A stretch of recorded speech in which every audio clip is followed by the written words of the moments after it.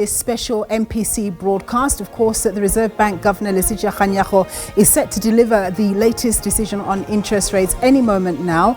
Currently, the repo rate stands at 7.5%, and there is an expectation that the governor may announce a rate cut. Let's take you live to that.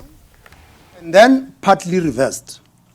US assets have sold off, while alternative safe havens such as gold and the euro have performed well. The combination of higher trade barriers plus elevated uncertainty is likely to weaken the world economy. We have therefore lowered our global growth projections. Prospects for global inflation are more complex. The United States could experience higher inflation from tariffs and supply chain disruptions. Those supply chain problems could also raise prices in other economies. At the same time, inflation could be lower given weaker world growth, cheaper oil, and abundant capacity in economies like China. Given these conditions, we see global interest rates slightly lower this year. The US Federal Reserve has kept rates unchanged recently, but other major central banks, such as the Bank of England and the European Central Bank, have cut their policy rates.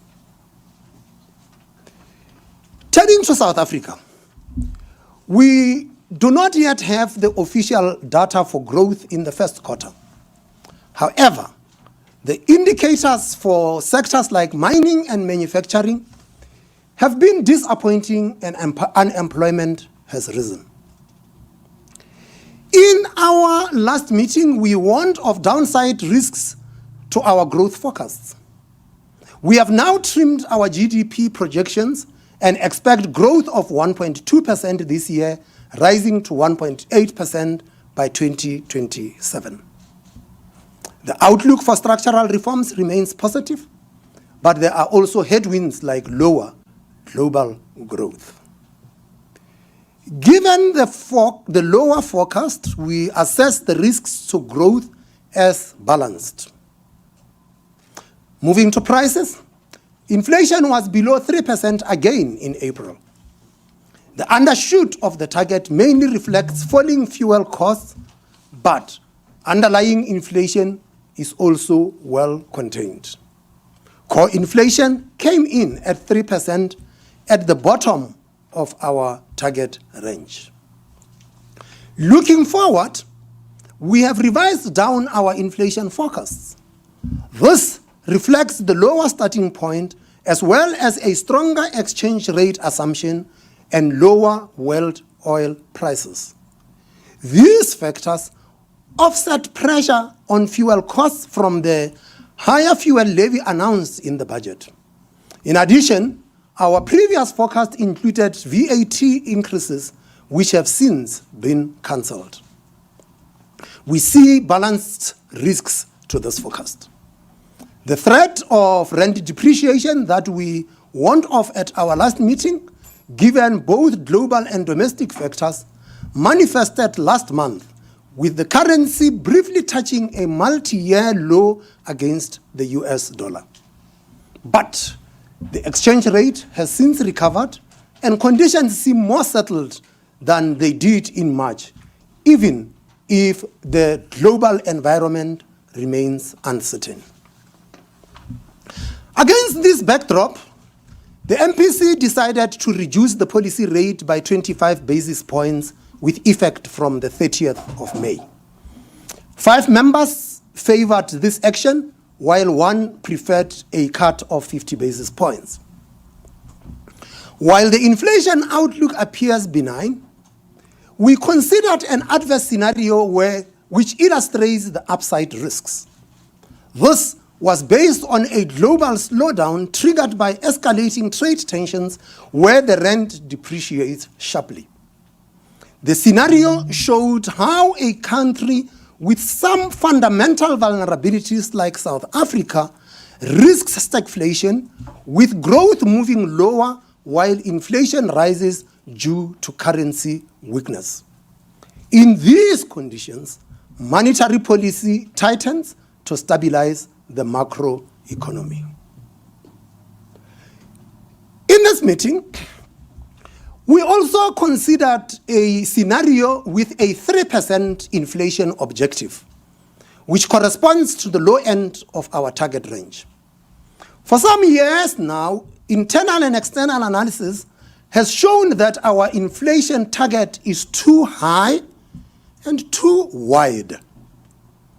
The National Treasury and the South African Reserve Bank have engaged extensively on this issue, and technical work is at an advanced stage.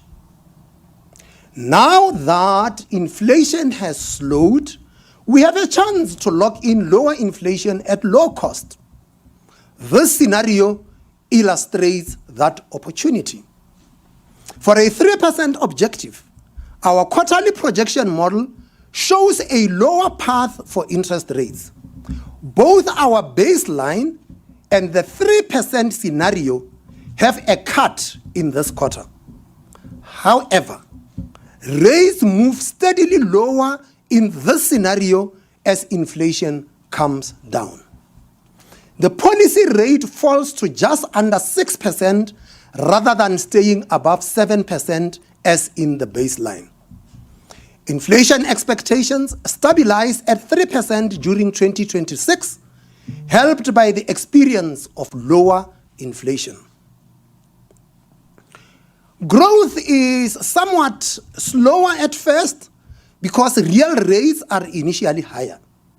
But the economy does better later in the forecast as rates ease further.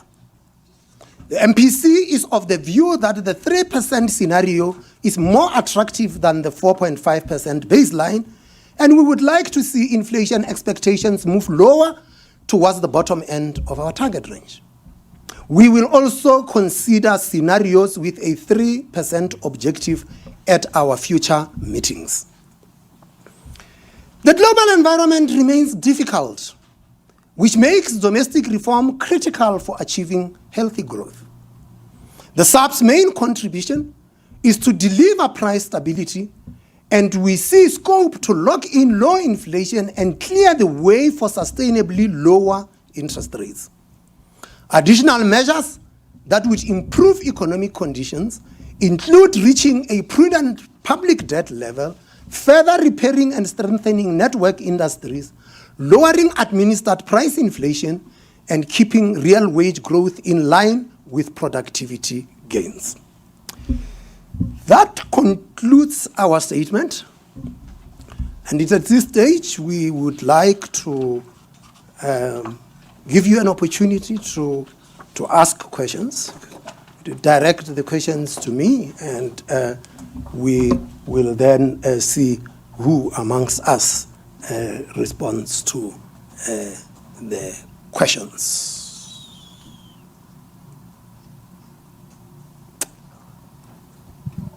As usual, please identify yourself and the media house you represent. I'm Jana Marks from Business Day. I have a question with regard to the target band.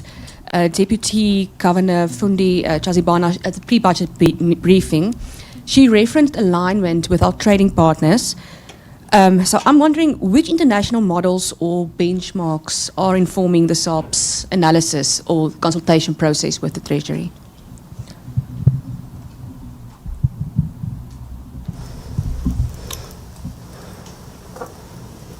Is that the only question? Anything online? Nothing, Governor. Okay. Oh. Good afternoon. My name is Ndando Tugwana from Bloomberg News. My question is around the inflation target and the work that's being done to revise it. Just how much work still needs to be done to get consensus, especially on the side of Treasury and the Finance Minister? Thank you very much. We have another hand here. Still on that, Governor, my name is Muluko Mloto from ENCA. I just want to understand the timelines that you're having in place, but also if you were to simplify how this is going to affect South African consumers going forward.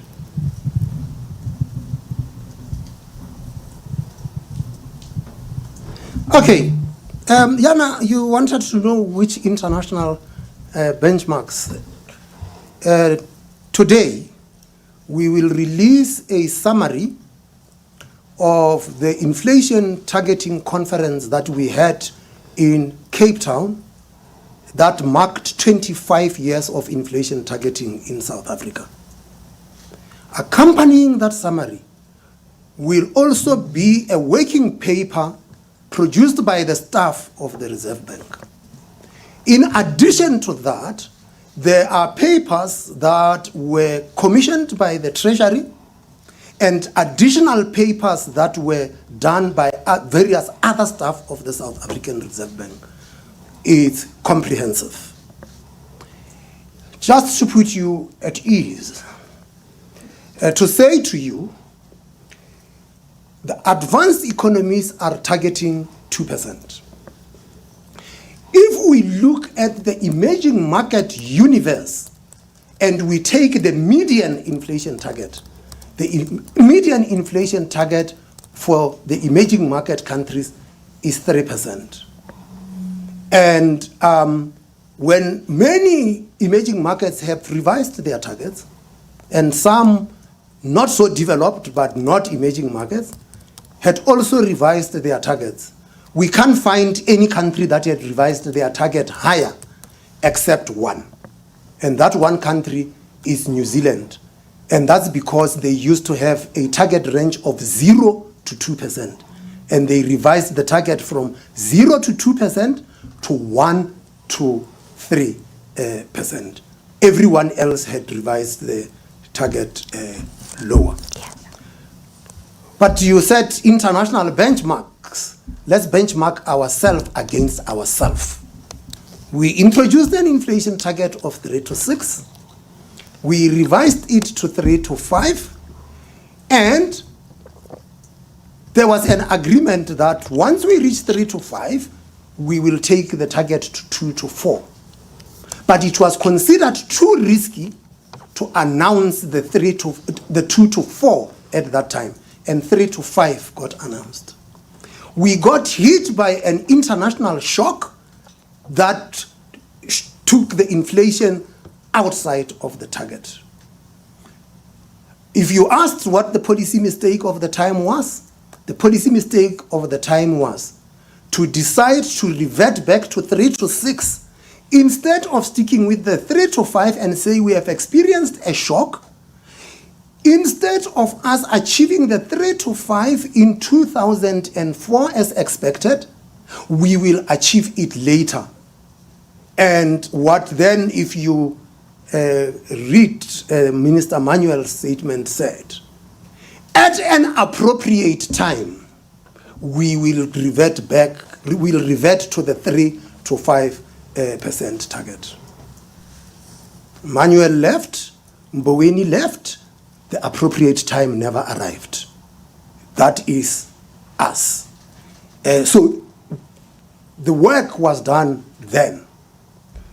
We have not decided what target we'd adopt because the team is still doing the work. They must come and recommend to the minister and the governor and say this is the appropriate target. Muluko, Ntando said what work must still be done. Much of the heavy technical work had been done. What should be the optimum inflation target? What sacrifices would we have to deal with? How do we manage those sacrifices? All of that work has been done, the benchmarking, the comparisons, all that work had been done. You've got to get to the mechanics. How do you move from the one target to the other? If you have agreed, how do you move? What's the transition? Over what period of time do you do that? Is it only going to be achieved via monetary policy, or do you need other policies in government to also be recalibrated to the new inflation target? And then, of course, there are administered price setters. Those administered price setters at the moment, they seem to be setting their price at some margin above the inflation target. If you lower the target and they keep the margin, that means that they are going to then have to adjust their prices at a lower inflation rate than previously.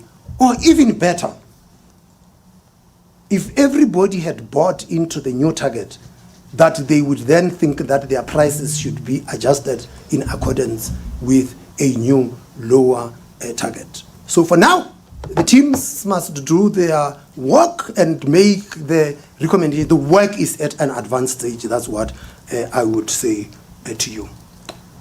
Muluko, what effect would this have on South Africans? It is something that we had to grapple with, because sometimes the narrative that had been dominant had been that if you are to achieve a lower inflation rate consistent with a lower target, you are going to need higher interest rates.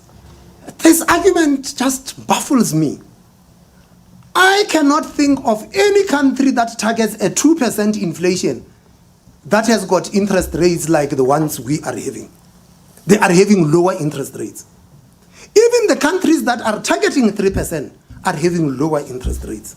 Let's get the drift. The higher the inflation, the higher the interest rates are going to be needed to deal with that high inflation, because what you have is that you have the entire economy resetting itself or setting itself as a high inflation economy. So today the scenario that we presented of a lower, what would happen? That is what, because when we do these scenarios, we have got to look at the nature of the shock that we might have to deal with. And at the moment we said, given where inflation is, with the most recent print being just under 3, given where inflation is, if we were aiming for a lower target, what would interest rates look like over the next 3 years? So you want to know how will South African consumers benefit? It depends if they are borrowers or savers. But we are mainly borrowers. If you look at that scenario says that we will have actually lower interest rates, which means that borrowers will benefit from lower interest rates. But that is because the ordinary person thinks of these things in nominal terms and not in real terms.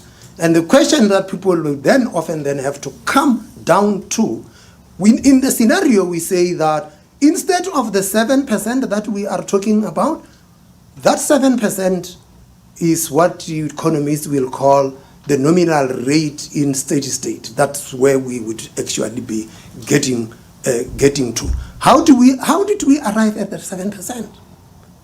That 7% is simply the inflation target plus the neutral interest rate in steady state. What is that neutral real interest rate? That neutral real interest rate is the interest rate at which monetary policy does not stimulate the economy and neither does it contract the economy to try and rein in inflation. Put to its simplest stories. A lower target will bring structurally lower interest rates. If you get it. So it will lock in lower interest rates going forward. And South Africa would be a low inflation, low interest rate country. That is the borrowers. They are not the only players in the economy. They are investors and so forth. And what the scenario shows is that you actually end up with higher growth over the forecast horizon. And higher growth will benefit the entire economy, but a growing economy should also be an economy that creates jobs, which means that we would be making progress to dealing with the job creation challenge. So, in a nutshell, that is how the thing would be. It would be if it was not just a scenario and we had adopted a lower target. We haven't yet. Yes, those are all the questions, and I was wondering where she is today. Kopan.